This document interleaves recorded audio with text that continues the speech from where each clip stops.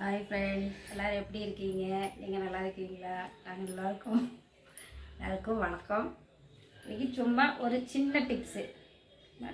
நம்ம இட்லிக்கு மாவு அரைக்கிறோம் இல்லையா, அதுமாதிரி ஒரு நாளைக்கு இட்லி சுடுறோம், ஒரு நாளைக்கு தோசை சாப்பிட்றோம். மாவு லைட்டாக புளிச்சுதுன்னா நம்ம கொஞ்சம் மாவு மீதியாக இருந்ததுன்னா என்ன பண்ணுறது தெரியுமா, நம்ம இது பண்ணோம்ல என்ன பண்ணுறோன்னு. அதனால நம்ம சின்ன டிப்ஸு பணியாரம் சொல்கிறது எப்படின்னு சொல்லுவோம். பணியாரத்துக்கு என்னென்ன பொருள் போடணும்னு நான் சொல்கிறேன். சும்மாவும் சாப்பிட்டுக்கலாம், சட்னியே தேவையில்லை, சும்மா நம்ம சாஃப்டாக இருக்கும்.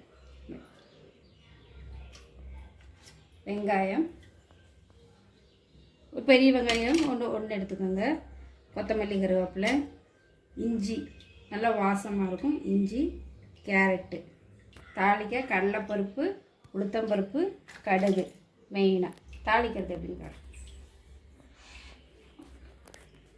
எண்ணெய் ஊற்றுறேன்.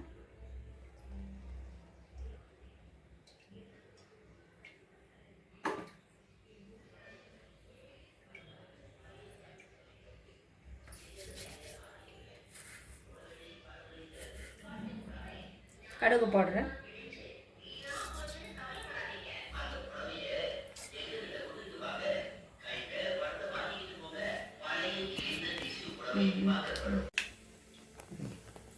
கடுகு பொரிஞ்சிருச்சு.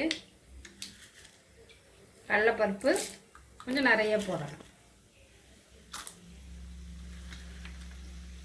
உளுத்தம்பருப்பு. அடுப்பு சிம்மில் வச்சுக்கோங்க.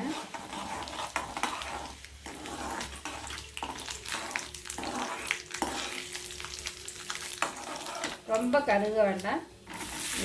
வெங்காயம் போடணும்.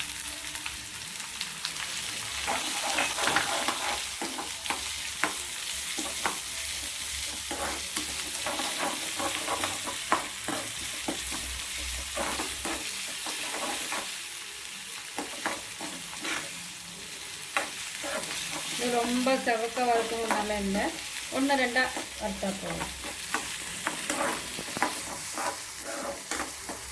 கடலைப்பருப்பு ரொம்ப கருகக்கூடாது, இந்த மாதிரி இருக்கணும். அப்போ தான் அதுக்கு பணியாரத்துக்கு நல்லாயிருக்கும்.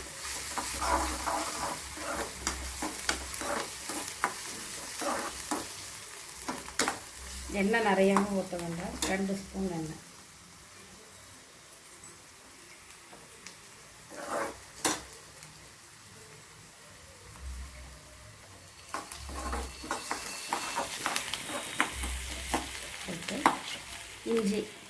இஞ்சி போட்டுக்கலாம். இஞ்சி வதக்கி போகணும், பச்சையாக போட்டால் நறுக்குன்னு இருக்கும்.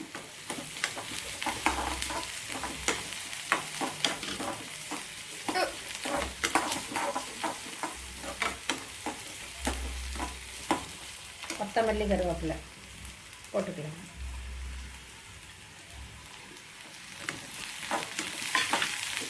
தாளிக்கும் போது நல்ல வாசனையாக இருக்கும்.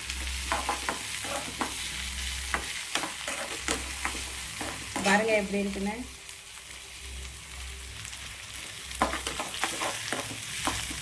அப்புறம் கேரட்டு போட்டுக்கலாம்.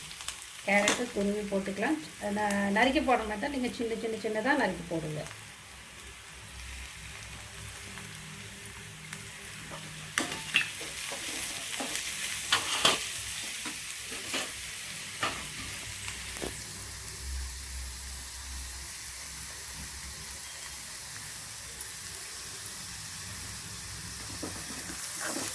கேரட்டு போட்டுட்டு சும்மா ஒரு பெரட்டினா போதுங்க. அவ்வளோ ரெடி ஆயிடுச்சு. எவ்வளோ கலராக இருக்குது பாருங்கள். கேரட்டு, கொத்தமல்லி, கருவேப்பிலை, இஞ்சி இதெல்லாம் போடுறது அவ்வளோதாங்க. இந்த அடுப்பு ஆஃப் பண்ணிக்கலாம். நம்ம மாவில் கொட்டிக்கலாம். மாவு நிறைய போட்டுட்டு நம்ம மீதி வாங்கி சாயங்காலம் சுடலாம் வச்சோன்னா மாவு புளிச்சு போயிடும். தேவைக்கு மட்டும் எடுத்துகிட்டு நம்ம இது போட்டு கலரிக்கலாம்.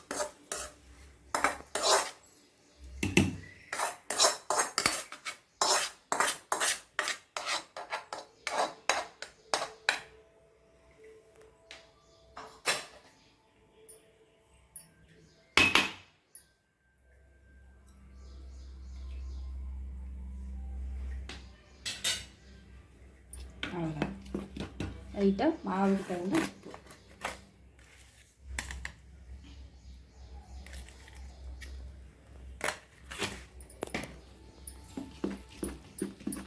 எப்படி இருக்குது பாருங்கள் மாவு.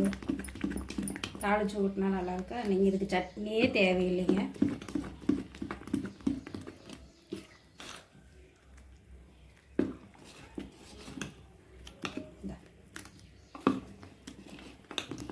கரெக்டாக கொஞ்சமாக எடுத்து கொஞ்சமாக தாளித்து நீங்கள் கொட்டி சாப்பிட்டோங்க.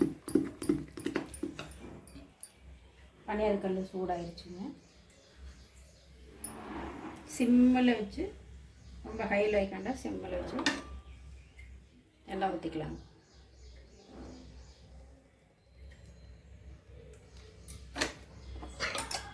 உங்களுக்கு இது கல் பழகினால நல்லா ஈஸியாக வரும்.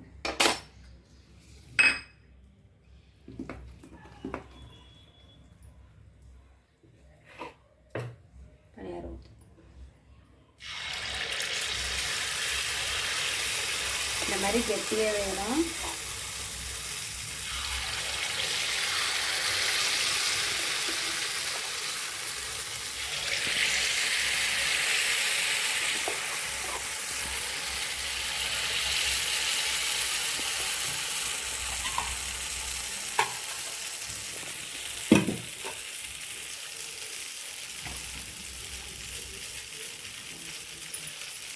நல்ல புஷ்ஷுன்னு பொண்டி வருது பாருங்கள். நம்ம மாவு கொஞ்சம் கெட்டியாக போகணும். தண்ணி ஆட்டம் போயிட்டோன்னா உங்களுக்கு எடுக்கிறதுக்கு ரொம்ப சிரமமாக இருக்கும்.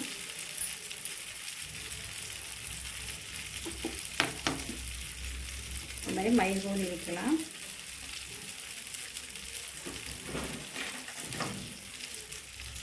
இது மாதிரி சின்ன கத்தி கூர்மையாக இருந்தோன்னா பதில் இந்த மாதிரி மைசூரி வச்சுக்கலாம்.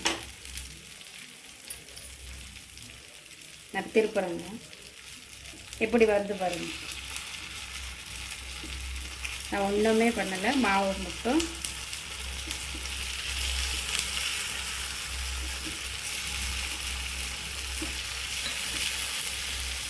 உங்களுக்கு குட்டி குட்டியாக வேணும்னா குட்டி குட்டியாக நீங்கள் ஊற்றிக்கலாங்க.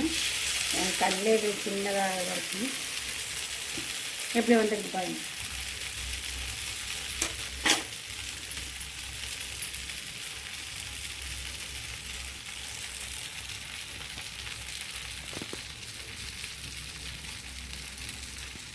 இந்த மாதிரி ரொம்ப கருகலாக வேண்டாம். இந்த மாதிரி லைட்டாக சிவப்பாக ஆக்கி வச்சுக்கலாம். மாவு வெந்துச்சான்னு, பனியாரம் வெந்துச்சான்னு இப்படி பார்த்தோன்னா நீங்கள் இந்த மைகோடியிலேயே இப்படி குத்திக்கலாங்க.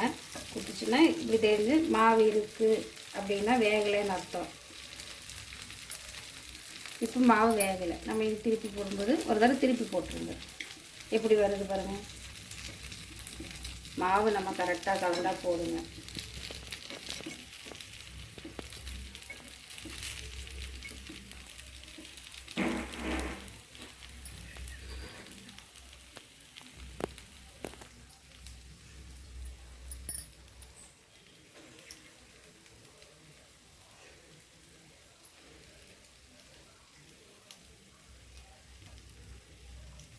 வேகலை.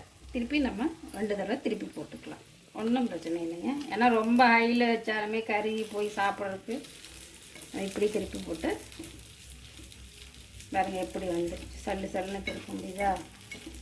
நம்ம மாவு அரைக்கிறது இல்லையா இருக்குது. மாவு அரைக்கிறது இல்லை, மாவு எடுக்கிறது இல்லை.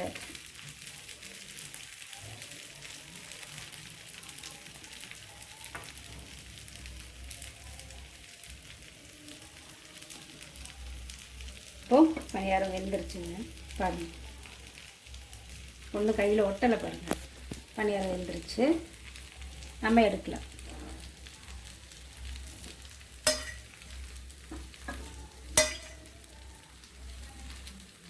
பாருங்கள்.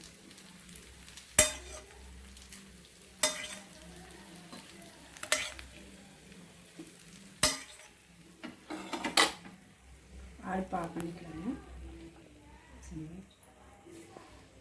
பனியாரம் சுட்டுட்டுங்க. உங்களுக்கு பிடிச்சதுன்னா நீங்கள் வீட்டில் செஞ்சு பாருங்கள்.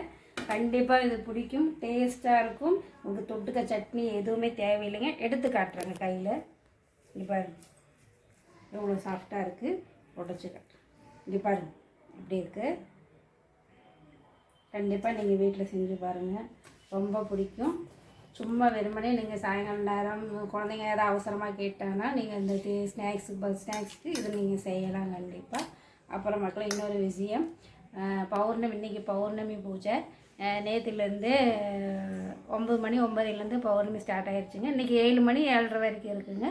வீட்டில் பூஜை பண்ணுறவங்க நீங்கள் வீட்டில் பூஜை பண்ணிக்கலாங்க 7 மணிக்குள்ளே. வணக்கம் எல்லோரும். உங்களுக்கு அந்த வீடியோ பிடிச்சதுன்னா சப்ஸ்கிரைப் பண்ணுங்கள், ஷேர் பண்ணுங்கள், பெல் பட்டனை கிளிக் பண்ணுங்கள். வணக்கம்.